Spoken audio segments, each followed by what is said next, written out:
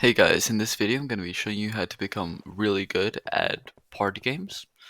So yeah, essentially what this is going to be is just some gameplay of each of the party games. I made sure to include each one of them, and this is just some voiceover where I'm going to be explaining all of the party games and how to beat them and any tips and tricks that I might have from playing them. So yeah, let's just jump in. So for this first game called Animal Slaughter, it's going to be very simple. What we're going to be looking for is just playing the game like normal. There isn't many secrets, but I would suggest going for the pigs or the cows mainly, since they are a lot more worth it than the chickens, because they do give more points and they're not that much harder to kill. I would also say make sure to not hit the animals with the red text on them and try to especially avoid them. Like, if it means that you're not going to get as many points, but you're also going to be surely not hitting the red ones, I would go for that because it's honestly more worth it and it's a lot more impactful. So yeah, I would just say go for those and make sure to especially avoid the ones with the red text. As you can see as well, there's a little trick that I found where if you see an animal that's already running, so I should preface, the ones with the red text only take one hit to die, but the ones with the green points take several hits. So what you can do is if you see an animal running, that means another player already hit it, and it's probably low, and you can hit it again to be able to kill it more easily. For this next game, Anvil Spleef, there used to be a bug where you could stand on the edge of a block, and that would make it so that the anvils weren't able to hit you because, as you may know, anvils don't actually have a full hitbox, and there are certain sides on the edges, and you could exploit that and stand on the edges, and that made it a lot easier to play. However, they did patch that, so this means that the only real way to be able to beat this game is to just be able to play it like normal and as you would guess, just shift and look upwards so that the anvils don't fall on you, and shift to be able to not fall off the edge while running around. You can also do this without shifting, however, it is a little bit harder because you can fall off the edge accidentally. However, this also means that you have a lot more mobility, since you're not going as slowly as when shifting. I find this game to be honestly particularly difficult, especially without the bug or exploit. So I would say that this is one of the harder ones. However, as you can see in the game I played, there are a lot of people that are really good at it because they can quickly move around and see what kind of area they have and play really well with it. Or honestly, they just get lucky and no anvils really fall on them. It's one or the other. So yeah, but I do think it's a very fun game. However, it is a little bit challenging. But yeah, there isn't any tricks for this one.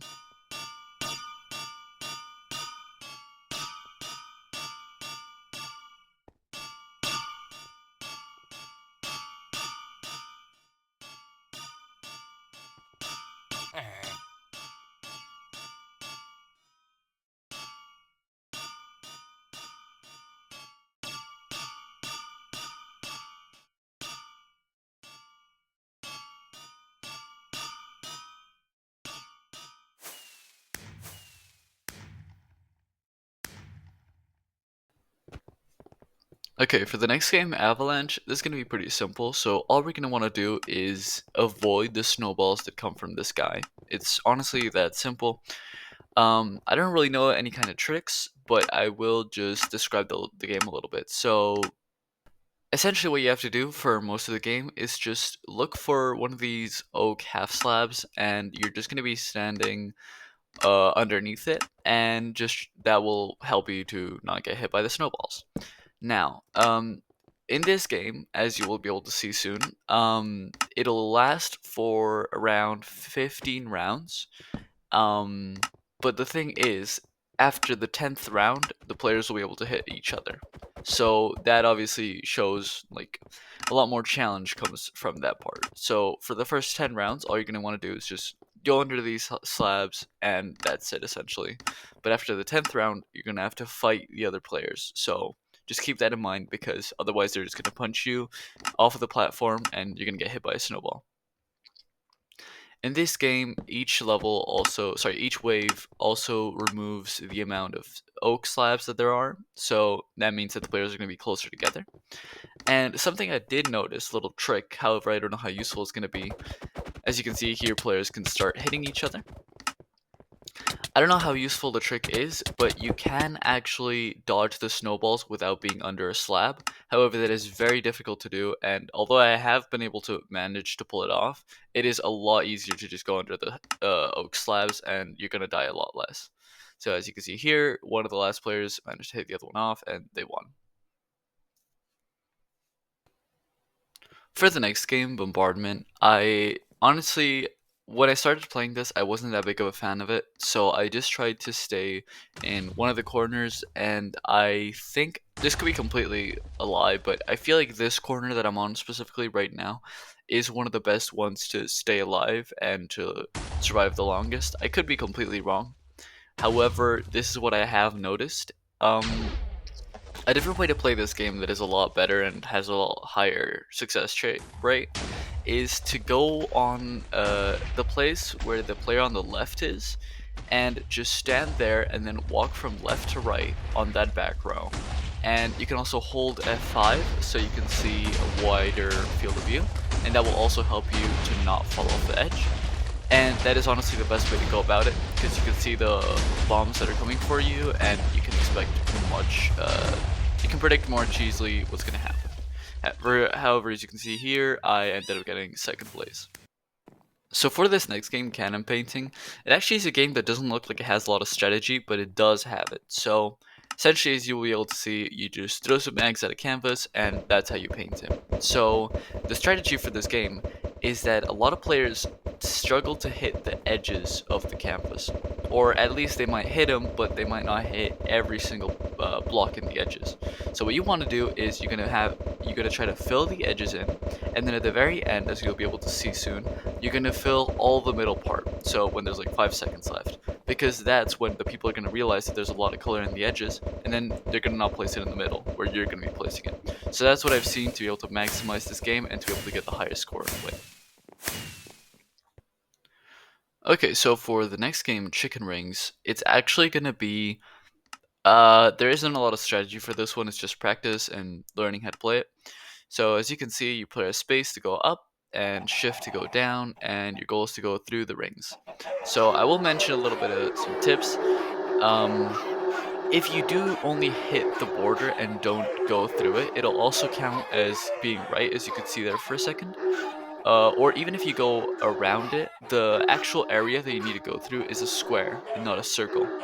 So if you go through the edges that are cut out, essentially, you can still, those count as still as going through it appropriately. So just keep that in mind. So even if you don't go through the middle, it'll still count. So as you can see in this one, I got pretty lucky and they were all pretty like centered, but if they're not, just keep in mind that you don't always have to be going forward. It is a lot better to not always sprint forward and not stop, but always hit the rings, because as you could see earlier, if you don't hit the rings, you go significantly slower. So it's a lot better if you just go a little bit slower and go through all of them than not to.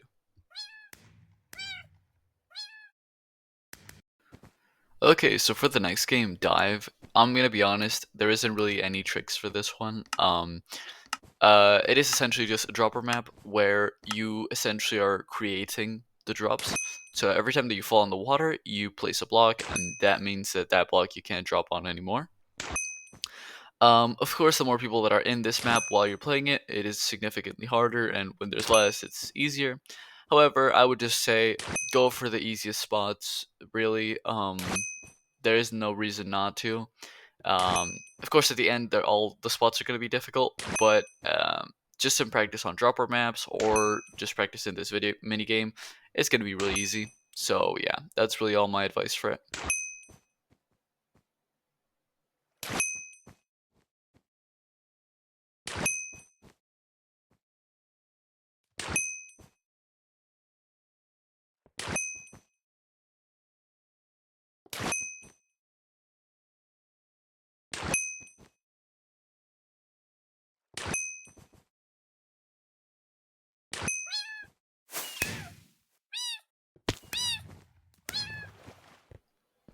Okay, so for this next game, Fire Leapers, I actually really like this game. So essentially, as you'll be able to see, all you have to do is jump over the little lines that come after you.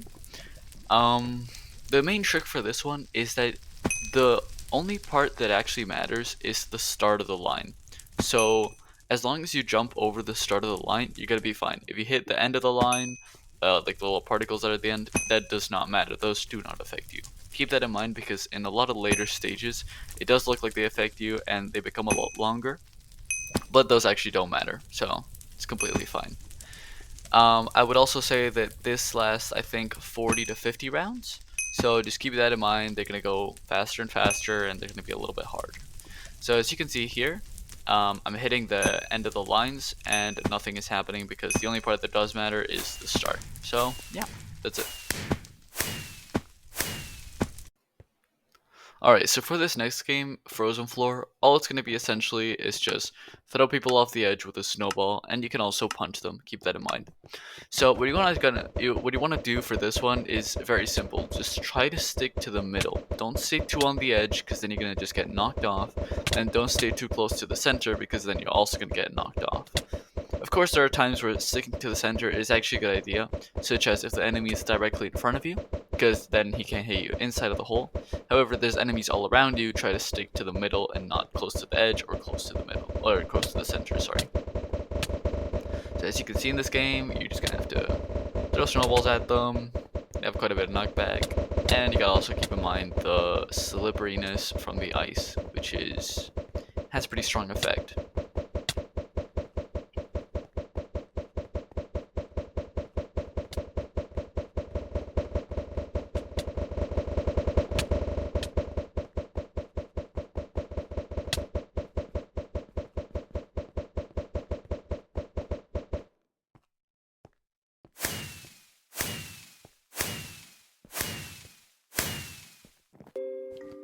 Okay, for this next game, High Ground, I'm gonna be honest, I'm not a really big fan of this game. I really struggle to be able to get good at it. So essentially, as you'll be able to see, all you have to do is stay on the red wool and knock people off so that they don't get the points, because the longer you're on the wool, the more points you get. So the strategy that I like to use is just run into the middle and try to hit as much people as possible and stay in the middle. However, that is not too good of a strategy, and if you want the best strategy or the way to always or almost always win, especially if you have a lot of players, is try to stick to the edges, which sounds counterintuitive, especially with the previous game that we played. But it actually does work, because in the edges, people are more focused of hitting people in the center than in the edges. So you can just stick there, get your points, and nobody's going to be messing around. So that is a different strategy you can also take, and will honestly probably be a lot more effective than just running and gunning with the fish. So yeah, I would just say go for the edges.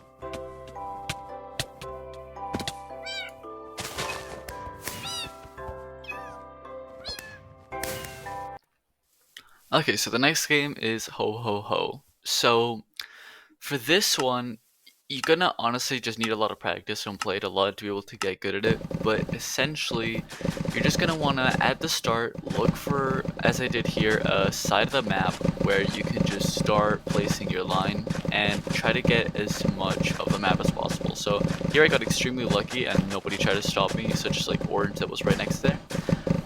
So yeah, as soon as you get like a whole side or a whole like edge of the map, then you can start trying to attack the middle and try to get some of the points in the middle.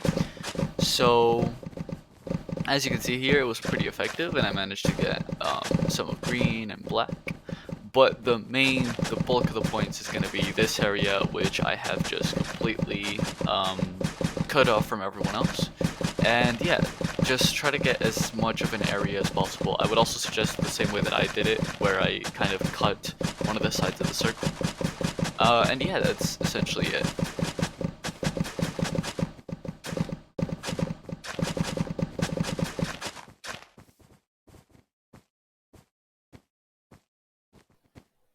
Okay, so this next game is called Jigsaw Rush, and it is also one of my favorites. So it is super simple. All you're gonna do is just look at the canvas, and then draw the blocks in the same way that the canvas shows them. So honestly, all you need for this one is just quite a bit of luck and try to be quick. Try to be good at remembering things, and yeah, that's essentially it. Of course, the more players that there are in this game, the harder it's going to be to win, but if there are a few players like I got lucky in this one, it's just going to be really easy, as long as you're fast. So this next one, Jungle Jump, is going to be one of the 2 parkour games that there is in the party games. So yeah, this one is, as you would expect, just practice and yeah, getting good at it from playing it a while.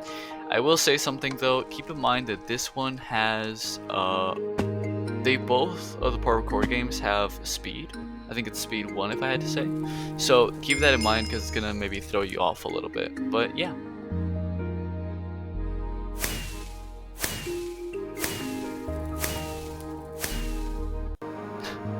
Okay, so this next game is called Lab Escape, and I'm gonna be honest with y'all, I really don't like this game. It is honestly, in my opinion, the one I like the least out of all the party games, and every time I get it, I just decide to not play it. But if you do want to play it, it is actually very simple to be able to get really good at it. So all you really have to do is just change your key bindings. So what's gonna happen essentially is you're gonna drop down and there's gonna be different blocks underneath you, either dirt, stone, or wood, oak wood. So what you're gonna want to do is use the appropriate tool for the appropriate block. So if you use, for example, the axe for the dirt, it's actually not gonna work and it's gonna put that back the block until you mine it with the correct tool. So the trick for it is just change your key bindings so that it's very easy to change between the first, the second, and the third. You can do that by putting them on your mouse or a really accessible side of your keyboard. And then whenever you have the block underneath you that you want to mine with the appropriate tool, you just press the key binding and that makes it a lot easier. So yeah, that's my suggestion for this minigame.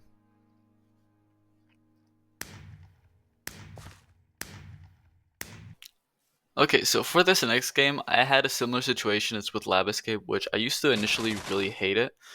But now I've actually come to it, and after seeing a little bit of the strategy, I actually really like it. So, first things first, don't punch the grass unless you want to troll noobs, because punching the grass does absolutely nothing. The reason that you get points is by the cow hitting the grass.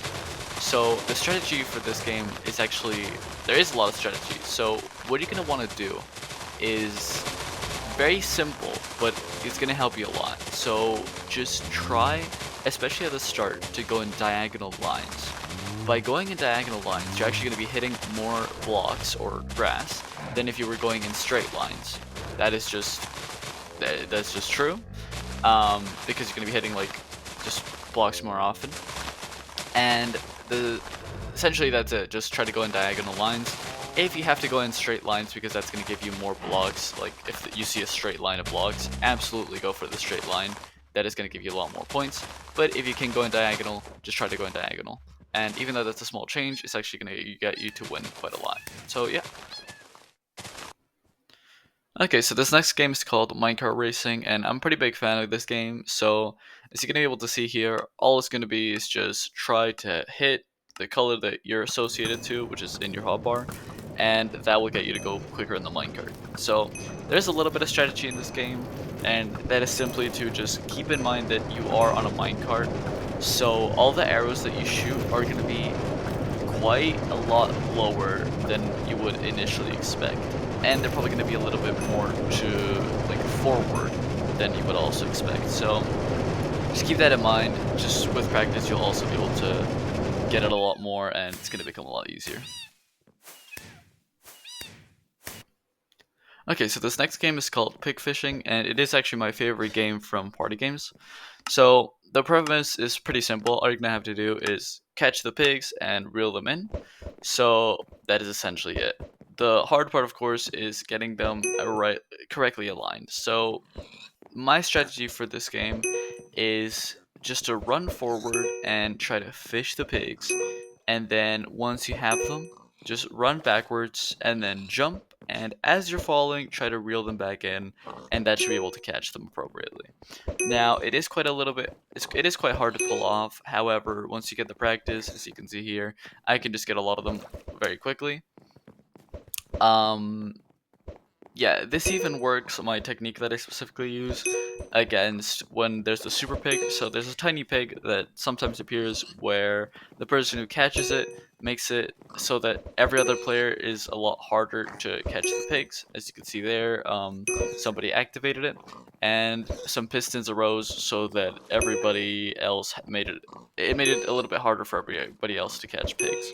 If you do it the way that that I usually play this, it's not gonna affect it at all. You can still catch the pigs. Um, but yeah, it's just mainly practice and getting the hang of it.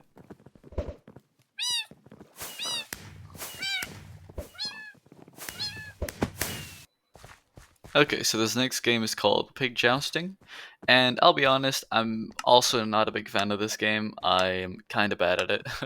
So, the strategy that I would say is the best is, as you can see here, just stand in a corner, and that's it. Just try to get everybody else to fight off, and then just sneak in at the end and try to get some kills. Is it a little bit rude? Maybe. Does it work? Yes. So, if you actually want to fight, though, the appropriate way, I would say try to hit where the player's gonna go, and also hit the player, don't hit the pig, because the hitboxes for this game are very weird and kind of broken. So if you're hitting where they are, it's not going to do anything. If you hit like right in front of them, that's probably going to hit them. But it is a very difficult game, and yeah, that's my best guess. Okay, so this next game is called RPG 16, and essentially, what you're gonna do is throw pigs at people, and those pigs are going to do damage. So essentially, you have 3 hearts, and when you get hit by the explosions of one of the pigs, it's going to take away a heart. So you essentially have 3 lives.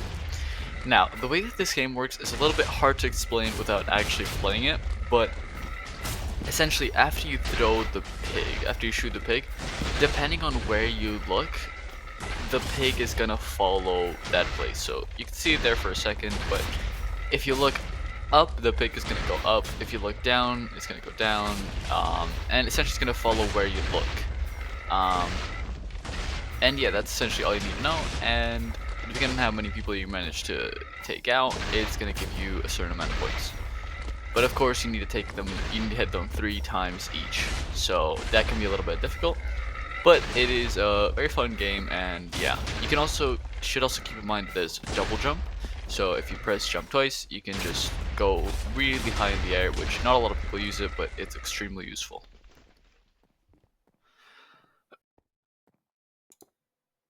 So this next game is called Shooting Range, and is also one of my favorite games from party games. Um, for this one, it's really easy. All you have to do is just hit the enemies that are in the map. I would say absolutely go for the ones with gold armor or with TNT on their heads, because they're so much more worth it than any of the other ones. Of course, as you can see here, if there's no more gold or TNT ones, you can go for the regular ones, but if there is, go for those. A big thing to note as well is keep in mind that all of the arrows you shoot should go a little bit more forward than where the enemy is. So if you just shoot directly at the enemy, nothing's going to happen.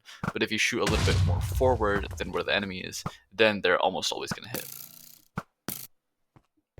So this next game is called Spider Maze, and it is also one of my favorite mini games. For this one, all you really have to do is just escape the map, and you escape it by reaching the center tower. So in this one, I would say go on F5 mode to be able to get a wider view, and my main suggestion is just learn the layout of the map. If you learn the layout of the map, it's going to be super easy, and the map is not that difficult to learn. The good thing about this is that the map is always the exact same. The only thing that changes is your initial starting position. So yeah, as long as you have the map more or less laid out and you learn how it works, as long as you don't get unlucky with the spawn, you should be completely good. So this next game is called Super Sheep, and it is honestly, if you've ever played Slither.io, it is exactly the same as that. There is the sprinting mechanic, and it is just like the game. Now, just keep in mind that there is also a little bit of a jumping mechanic, which I haven't really tried. I don't know how it works too much, but I haven't tested it because it seems a little bit wonky and doesn't always work. However, there is the sprinting mechanic, which is extremely useful. So this is one of my favorite games as well. It's pretty simple, but yeah, all you really have to do is just more or less get a grasp of how it works, and then try to not get trapped in your own tail or in someone else's tail. I would also highly suggest using F5 mode since it makes you have a wider field of view, and it just makes it a lot better.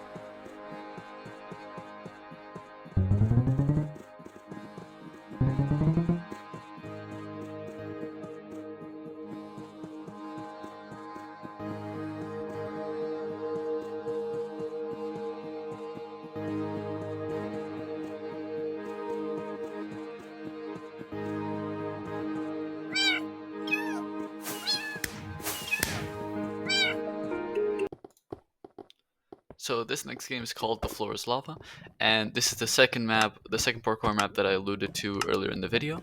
And yeah, it's just like the first one. You honestly, especially for this one, you do get a really clear rhythm, as you're going to see here, because it's just a lot of the same jump. As I mentioned earlier, you do get speed 1 for this one too, if I'm not wrong, and yeah, that does make it a little bit harder, but it is certainly doable as long as you get that rhythm in and just quite a bit of practice.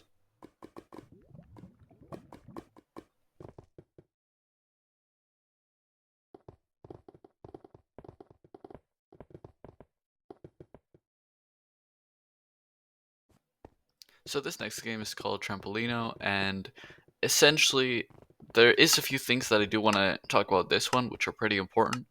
So what you have to do is I think you have to get to 40 points, and as you can see here, this is how you use boosters. So boosters are extremely helpful because they get you to reach the 10 plus blocks, which give you a lot of points. Now, the thing is though, for the booster blocks specifically, you have to hit them like from underneath upwards. So as you saw in the first one, that is really important because I think later I showed that if you hit them by going on top of them afterwards, it's essentially not going to do anything. As yeah, as you can see here, it's going to boost you, but it's not going to boost you all the way up to be able to reach the red ones. So as you can see there, if you go from underneath upwards, it will help you to go all the way. Um, as you can see there, I also got it, but there were no red ones near, so I just went for the yellow one. There was also this weird bug which got me stuck, but I think that this one is patched because I haven't had it much. Okay, so this next one's called Volcano, and essentially it's very simple. It's just like TNT Run, but the blocks take a second to disappear. So my suggestion, especially at the start, is don't fall in the holes, and also avoid going on the red blocks and orange ones if you can, because those are about to disappear and they could just be removed right under you.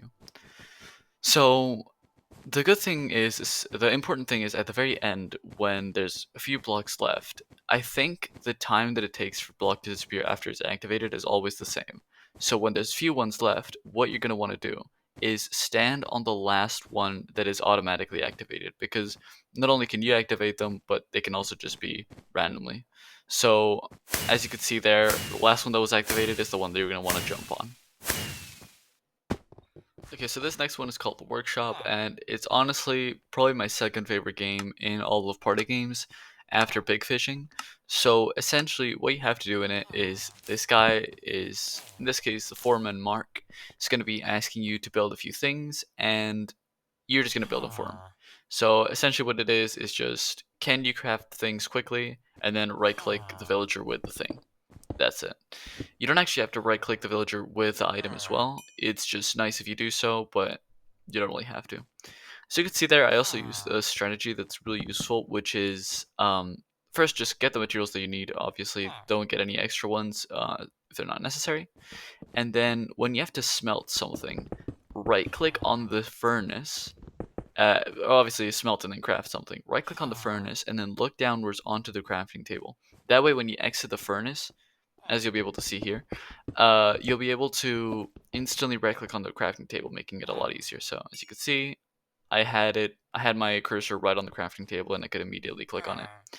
And yeah, that's probably the main tip, so that you can like really speed it up and get to do them really quickly.